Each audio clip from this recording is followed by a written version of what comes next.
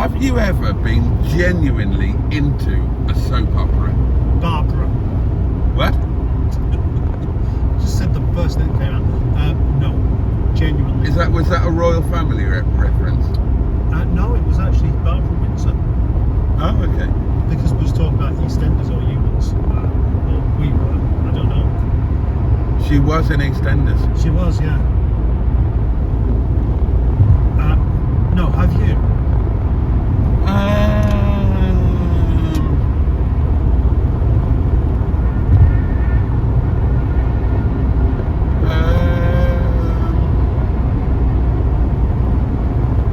What's the question again? Well, it was your question. I know, but I've forgotten it.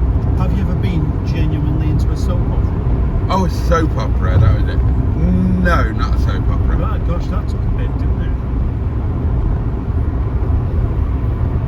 You really had to work hard at answering that question. But yeah. Now, my wife watches Coronation Street. Gosh. It's the only one she watches, and she always says it's shit. And it's not very realistic. It's just, and it's true. But without that trumped up stuff going on, it would be boring as well. And you have absolutely nothing going for it. If a soap opera was based on kind of what life is like on a real street, it really nobody would watch it, would they? Well, it depends on the real street. Right, well, okay, put it this way. Brookside. Yeah. If you'd seen Brookside and you were about to move to one of the nicer areas of Liverpool, and it turned out to be Brookside Close, you think, oh shit, I've seen this. Would it be a bad idea to move here? Yes, it would. Let's move somewhere else. That's what you did. Would you? Yeah, and the whole place would be torn down as like just a bad area. Like the superstitious people would be saying, oh, there'll be ley lines underneath that particular housing estate or something like that, and that's why all these things keep happening. What was wrong with Brookside? Well, there's just lots of murders, fires, burglaries, car crashes, plane crashes, anything you can imagine is probably happening there. Plane crashes. Probably, yeah. Right. It was the same with Emmerdale and Coronation Street there. Emmerdale used to be called Emmerdale Farm. It did, yeah. It was probably more realistic at the time. Okay. Which is the most realistic soap opera then? I'm going to do a thing. Oh. Yeah, I'm just going to hyperlapse us chanting away.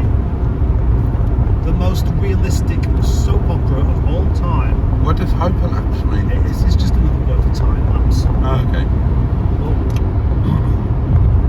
Something going on down there? Slow moving vehicle on the left. Very slow. Why has he got his brakes on? Who? This chap here. Yeah. Oh, maybe it was just his lights rather than his brakes. The most realistic soap was probably one that, like Emmerdale Farm, before it turned into Emmerdale. But I don't know because I never saw it. But then my mum did, and she could probably tell you. I'll ask her that question. Well, did your mum live on a farm? No. So how is she going to judge the reality of... Well, I think the only way to say that a soap opera is realistic is if it's not full of living. If it's not full of the quotas. Say a farm in Yorkshire isn't going to be realistic, full of all of the elements that you need to have in a TV programme to make it equal and to do all the equal opportunities thing. I think the most realistic soap opera is The Artist. Oh, right, okay, good. Now, you actually like The Artist, don't you? Eh? You like it, don't you? I love it. Right. Well, you are invested in the soap opera. Yeah, I forgot about that. Yeah. God, thinking about memories, the number of times I used to come off of that junction there. Oh, God. Come off as it. Yeah, 4 to 5 times a week. Because you was going down that way, right? Yeah. Not because you misjudged the M1. No. No, it was a deliberate act on my part.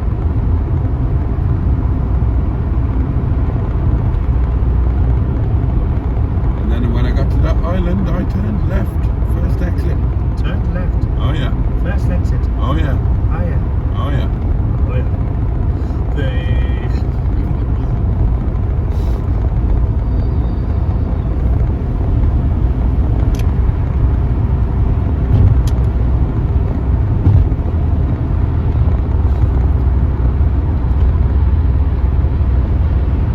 Okay. You can't just. You've got 10 grand, Oh, thank you. and you've got to buy a daily stroke family car and another car, like a fun car, second car for you, and all of your other cars are going. Oh shit! Right. Yeah, I knew you'd say that because then I can't just say, "Oh, I'll just keep what I've got." Yeah, no. Which is a good. Why has that gone off? They've gone. All the other cars have gone. Gone. That's where you got your 10 grand from. Oh right. So- So I sold the stuff I want to keep. Yeah, and it's been scrapped, so you can't buy it back. You bastard! Sorry. That's fucking evil. I don't think I'd be in the mood for buying another car. I just have a bike. Oh yeah, and how are you going to take your kids on holiday? On a bike? Buy some panniers. I would probably buy a car that I have absolutely no interest in. If I've got to get rid of something I really want to keep, Well, that's gone anyway. No point crying over spilt milk. well, I'm not just trying to make this awkward for you. But I'd be I like, appreciate that. what do I want now? Well, I don't really want that car. Everything I'd look at, I think, I don't really fancy that. And so, what I would buy then would be a 2006 Vauxhall Safari diesel. Oh my god. Exactly, yeah. Tragic, sad, dumb, boring, probably unreliable, and This must be a really good vehicle. yeah, I know. Except that they are full of quality issues. Alright, I'll try and answer it seriously. I do struggle with answering your questions. You know what would be a really fun family wagon? Go on. The S-Max with the hot 2.5 litre 5-pack. I can't begin to feel excited about that. Oh, I could. Right, okay, that's the Volvo engine. Yeah. And they do sound good, of course, because they're 5 cylinders, so they sound a bit Yeah. unusual. Lots of water. Big pot of yogurt as well, by the looks of it. But the car, I don't like the interior of the Fords. I find them to be really, I can't even think of the word. I just Full don't- leather, panoramic sunroof. It's not nice leather though, is it? I like the S-Max. Well then that's your choice, isn't it? So Oh. you'd have that, right?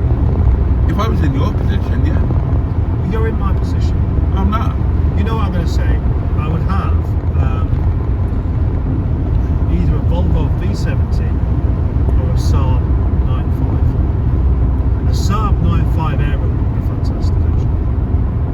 And I reckon you could probably get a really decent one of those for a couple of grand.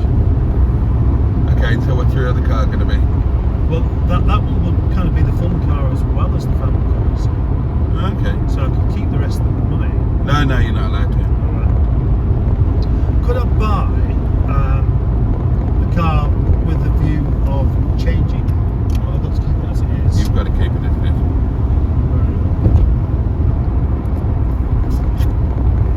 Okay, my fun car would probably be. Well, this is quite a tough one actually, because naturally I'd think, well, I'll have something like a 220 GTI or a GSI Turbo. That would eat up an awful lot of that 10 grand. Yeah. But do I have to consider reliability at all? Or will it just always work? Well, it would be genuinely what it is. Alright. So in other words, I would be best off having something like a Prelude. Like what? I'd be best off on a Prelude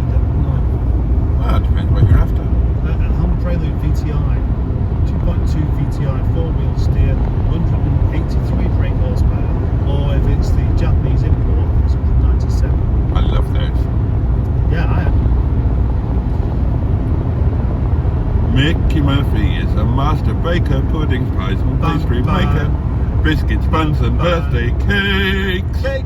Everything is marvellous as Murphy makes. Yeah, but I don't really want the Honda. I want something else. If it's just a fun car and it's just for enjoying knocking about it,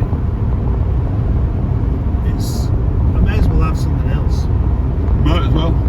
Like an Escort RS 2000. The only thing is, you said I've only got the 10 grand. And that's for 2 cars. Yeah. So, because of Ford tax, I'd have absolutely no chance of getting one of those. Which is good, really, because quite honestly, I don't think they're worth it. Right?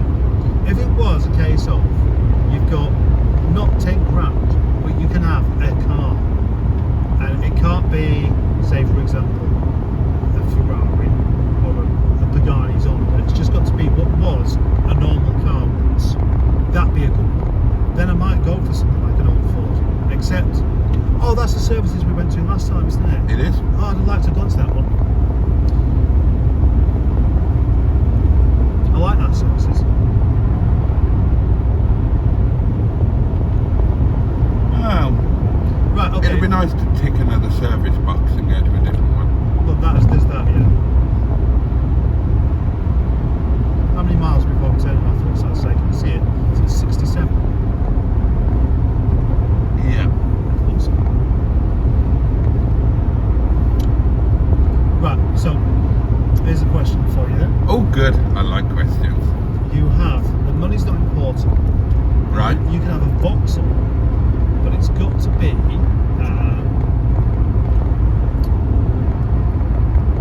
That's unusual, isn't it? Very unusual. Yeah. It looks very American in the really dull American period. You can have a Vauxhall. Yeah. Which one do you want? I can't remember what it's called, Okay. but that one. Is it a saloon? No. Is it a coupe? No. Is it a hatchback? No. Is it a people carrier? No. Is it a car? Yes. Does it exist? Yes. You can't remember what it is. Is it a two-seater? Yeah. A VX220? No. No. No. Oh. It's only a two-seater they did. I promise you it's not. Well, what era is it? 1920s or 1930s. Oh, right, I see. It was one of that batch we bought from the historical motor hire company, and one of those was Vauxhall, and I was just really fond of it. So I'd like that, please. Oh, okay, well, good answer. But I can't remember what it was called. It was called like numbers with slash. Yeah. 20 miles to the next services. Let's go to that one, unless it's one of those cat calls. Okay.